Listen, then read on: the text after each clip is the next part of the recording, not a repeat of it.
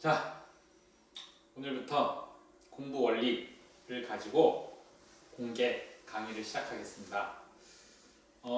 우리가 공부를 너무 모르는 상태에서 학생들을 공부를 시키고 또 학생들은 나름대로 공부를 열심히 하려고 하는데 너무 모르는 상태에서 하려고 하니까 힘만 들고 나름대로 열심히 했다고 생각하는데 결과가 안 나오니까 지쳐서 자꾸 포기하고 공부가 싫어지고 이런 경향이 너무 심합니다. 그래서 오늘은 우리가 그토록 싫어하는 공부에 대해서 공부를 하며 알아보도록 하겠습니다. 자, 오늘 크게 세 가지를 가지고 이야기를 할 건데요. 이 세 가지가 다 공부에 대한 질문입니다. 첫 번째는 공부를 왜 하는지, 그 다음에 두 번째는 공부는 도대체 무엇인지, 그리고 마지막으로 공부를 어떻게 해야 되는지, 그렇게 세 가지를 알아보겠습니다. 첫 번째 질문, 공부는 왜 하는가?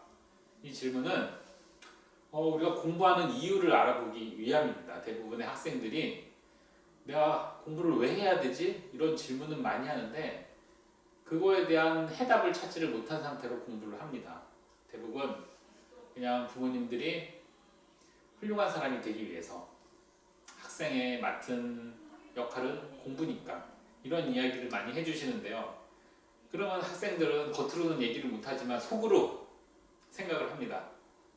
나는 훌륭한 사람이 되고 싶지는 않은데, 그래서 굳이 공부를 지금 하고 싶진 않은데, 또 학생이 맡은 역할은 공부니까 라고 하면 얼른 커서 이 학생이라는 지긋지긋한 것을 벗어나고 싶다, 이런 생각만 하게 됩니다.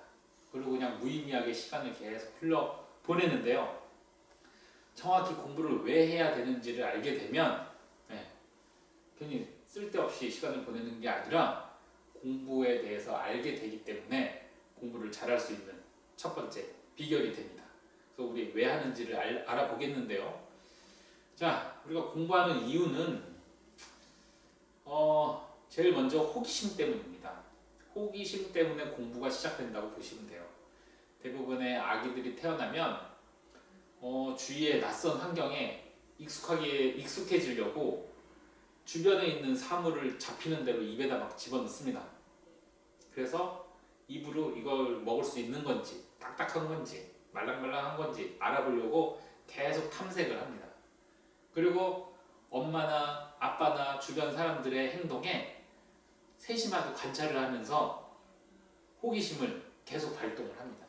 그리고 조금 더 자라나서 말을 하고 말을 배우고 나서는 계속 부모님께 물어봅니다. 질문을 합니다. 그 이야기는 호기심이 생겼다는 것이죠. 그래서 그 호기심을 충족시키기 위해서 계속 아이들은 호기심 덩어리로 살아가면서 질문을 계속 하게 되는데, 기본적으로 우리 아이들은 공부를 잘할 수밖에 없는 그런 환경에 놓여 있습니다. 그런 머리를 가지고 있습니다. 그래서 낯선 환경에 자기가 익숙해지려고 계속 호기심을 발동을 하는데, 어느 순간 부모님께서 아이를 놓고 자, 이제 우리 공부를 시작하자, 학습을 시작하자 하면서 학습지를 놓고 또 혹은 한글 교재를 놓고 또 애들 수학 문제집을 놓고 공부를 하자라고 하면서 아이들과는 전혀 상관없는, 아이들의 호기심과는 전혀 상관없는 것을 막 들이밀면 아이들은 그 외부 자극에 엄청난 두려움을 느끼게 됩니다. 호기심은 전혀 없어지겠죠. 원래 공부는 그런 거야. 부모님이 예전에 그렇게 당했다고 자녀한테 그 두려움을 당연하게 물려줘서는 안 됩니다. 왜냐면 아이들은 그냥 가만히 냅둬도 호기심 따라서 자기가 궁금한 것을 계속 공부하려고 하는 성향이 강하기 때문에 아이들의 호기심이 잘 유지만 된다면 공부는 그냥 저절로 되는 것입니다.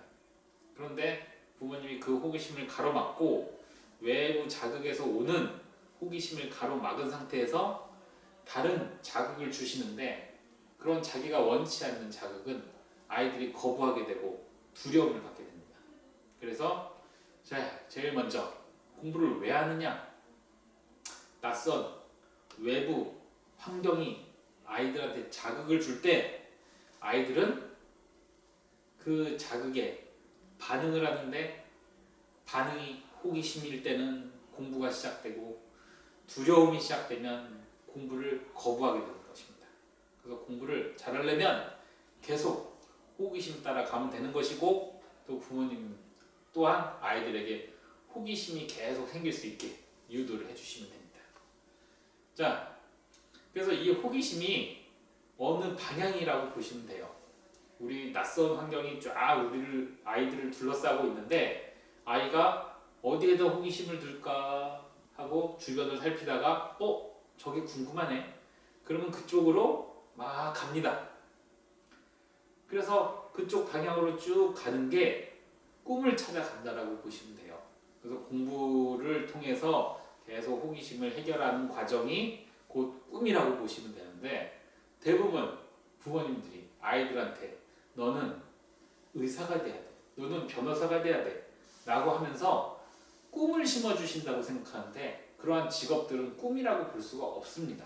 왜냐하면 꿈이라는 건 방향성이기 때문에 어떠한 의사라는 변호사라는 지점이 아니라 우리가 가서 거기에 서 있어야 되는 지점이 아니라 계속 나아가야 되는 방향이 꿈이기 때문에 명사가 될 수 없고 동사로 표현이 가능합니다. 만약에 부모님이 얘기하는 의사라면 이거를 꿈으로 방향성으로 얘기했을 때 뭔지 모르겠지만 그 직업이 뭔지는 모르겠지만 아이가 나는 생명을 살리고 싶어. 아픈 사람을 도와주고 싶어. 생명을 소중히 여기고 싶어. 이러한 호기심이 일어나는 동사형이 돼야지 안 그러고 그냥 단지 의사라는 직업이 돼버리면 그것은 그냥 단지 목표일 뿐이지 목적이라고 볼 수는 없습니다. 그래서 항상 꿈은 방향성이고 그 방향을 따라서 계속 가는 길이 호기심 따라 가는 공부이기 때문에 우리 아이들은 꿈을 얘기할 때 직업을 얘기할 것이 아니라 막연한 내 마음이 설레이는 그 무언가를 얘기를 해야 됩니다. 그 무언가가 결코 명사는 안 되고 동사로 설명이 돼야 되겠죠. 그래서 우리가 왜 공부하냐라고 하면 나를 끌어당기는 외부 환경에 호기심이 생길 만한 무언가가 계속 나를 자극을 시켜주면 나도 모르게 그거에 대해서 더 알고 싶어서 반복해서 앞으로 그 방향으로 나아가는 과정을 우리는 공부라고 부를 수 있습니다. 자, 그래서 두 번째, 도대체 공부가 무엇이냐? 라는 질문이 여기에서 연결이 되는데 결국 공부는 그러한 낯선 환경에 내가 호기심이 가는 방향으로 나아가면서 반복을 통해서 익숙해지는 과정이라고 보시면 됩니다. 그래서 우리가 공부가 무엇인지도 모르고 공부를 왜 하는지도 모르고 계속 아이들을 공부에다가 밀어넣는데 자, 이제 두 번째인 공부가 무엇이냐에 대한 해답이 나왔습니다. 공부는 계속 반복하는 거라고 보시면 됩니다. 이 반복은 천재는 반복을 안 해도 돼가 아니라 천재는 반복을 자기도 모르게 습관적으로 계속 하고 있기 때문에 천재라는 호칭을 얻은 것이고요. 우리 아이들도 누구나 다 천재가 될 수 있습니다. 천재가 되려면 뭐만 하면 된다고요? 반복만 하면 됩니다. 근데 이 반복이 너무 힘듭니다. 어렵습니다. 왜냐면 자꾸 우리가 머릿속에 들어간 내용들이 까먹는데 그 까먹는 시간만큼 내가 반복을 많이 해야 되는데 더 많이 해야 되는데 그게 다양한 여러 가지 복잡한 생활과 맞물려서 공부를 방해하는 요소가 됩니다. 그래서 우리 머리는 계속 잃어버리는 머리를 가지고 있습니다. 천재도 마찬가지고 어느 시대나 어느 공간에 누구나 다 머릿속에 있는 걸 다 잊어버리게끔 되어 있습니다. 이거는 하나님께서 우리한테 주신 축복인데 우리는 이 축복을 알고 써먹어야 되는데 그렇게 하지 못하고 있습니다. 그래서 누구나 다 적용이 되는 것이기 때문에 공부의 원리라고 하면 변치 않는 것입니다. 변치 않는 부분이기 때문에 우리가 어떠한 사물을 놓고 볼 때 그 사물의 본질적인 내용을 얘기합니다. 그래서 공부의 방법이 다양하게 있지만 그 다양한 방법 중에 어느 방법이 좋은가 라고 얘기했을 때 공부의 본질적인 원리인 반복을 효과적으로 해줄 수 있는 방법이 좋은 방법이라고 얘기를 할 수가 있겠네요. 그래서 우리 공부 원리는 보편적이기 때문에 원리라고 볼 수 있습니다. 어디에나 다 있고 어느 시대에나 다 있는, 왜냐하면 우리는 다 인간은 똑같은 뇌를 가지고 있기 때문입니다. 그리고 변하지도 않습니다. 예전에도 그랬고 지금에도 그렇습니다. 옛날 사람도 그랬고 지금에 있는 사람들도 그렇습니다. 자, 뭐가 똑같다고요? 머리가요. 머리가 어떤 게 똑같을까요? 머리 다르던데요? 양쪽으로 다를 뿐이지 질적으로는 동일합니다. 대부분 우리가 머리가 달라요. 좋은 사람도 있고 머리가 나쁜 사람도 있어요. 라고 얘기할 때는 양적인 것을 얘기하는 겁니다. 그래서 IQ가 높다, 낮다 라고 얘기할 수 있지만 머리의 등급이 높다, 낮다라고 얘기할 수는 없어요. 그래서 우리 머리의 등급은 다 동일합니다. 단지 뇌 손상을 입었거나 후천적으로 뇌 손상을 입었거나 아니면 선천적으로 태어날 때 뇌 일부 기능을 못 쓰는 그러한 사람들 외에는 우리가 정상적인 생활이 가능하다라고 하면 모두 다 공부를 할 수 있습니다. 우리는 다 동일한 뇌를 가지고 있기 때문입니다. 자, 그래서 이제 마지막으로 어떻게 공부를 해야 되느냐? 이 원리인 반복을 잘 할 수 있게끔 하는 것이 어떻게에 대한 해답이 되겠는데요. 반복을 잘 할 수 있다는 것은 어느 시대나 다 동일한 것은 아닙니다. 반복을 해야 되는 것은 동일하지만 도대체 이 반복을 시대에 따라서 어떠한 방법으로 해야 될지, 또 상황에 따라서 어떠한 방법으로 해야 될지, 그 다음에 또 개인에 따라서 어떠한 방법으로 해야 될지는 다양하게 나옵니다. 그래서 아까 공부 원리는 보편적이라고 했지만 이 공부 방법은 반대로 특수적입니다. 그 사람마다 다르기 때문입니다. 그리고 또 변합니다. 그 사람마다 다르기도 하지만 그 사람이 어떤 처지에 놓여 있는지에 따라서도 또 달라지기 때문에 우리는 이걸 가변적이라고 얘기합니다. 그래서 공부 원리는 반복이라고 딱 잘라서 얘기할 수 있지만 공부 방법은 딱 잘라서 얘기를 할 수가 없습니다. 그 상황과 맥락을 봐야 되기 때문입니다.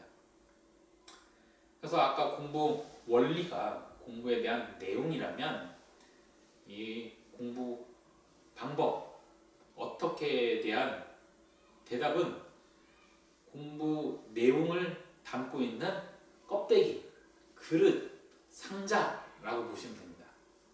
그래서 내용을 잘 담기 위해서는 상황에 따라 그 겉 포장지가 달라지는 것처럼 우리가 아이들이 처해 있는 상황, 또 우리가 다 놓여 있는 이 시대를 파악하는 것이 정말 중요하겠죠.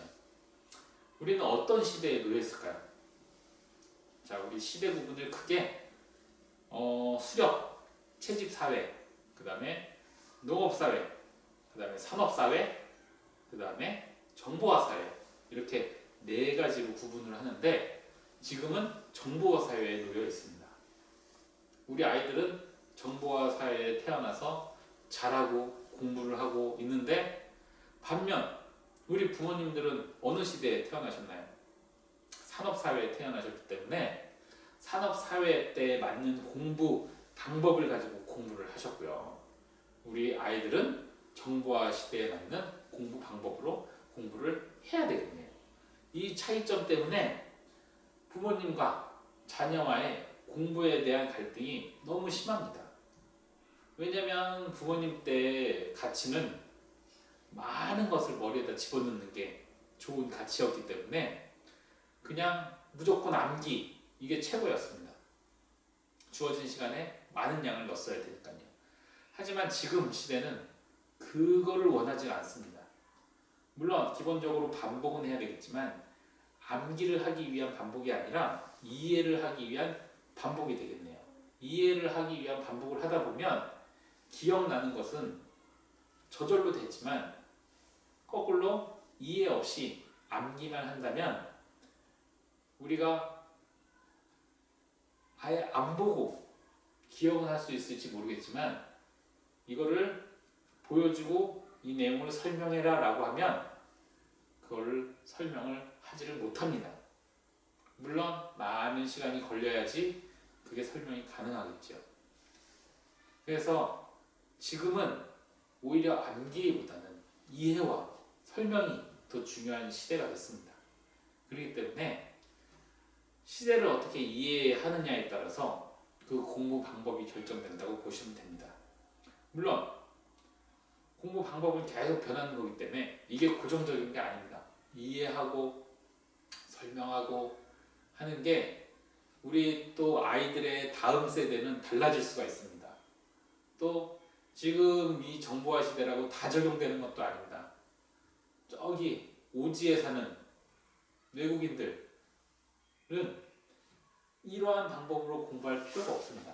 왜냐하면 그 사람들은 수렵, 채집사회 혹은 농경사회에 머물러 있기 때문에 또 개발도상국들은 또 이러한 방법으로 공부할 필요도 없습니다.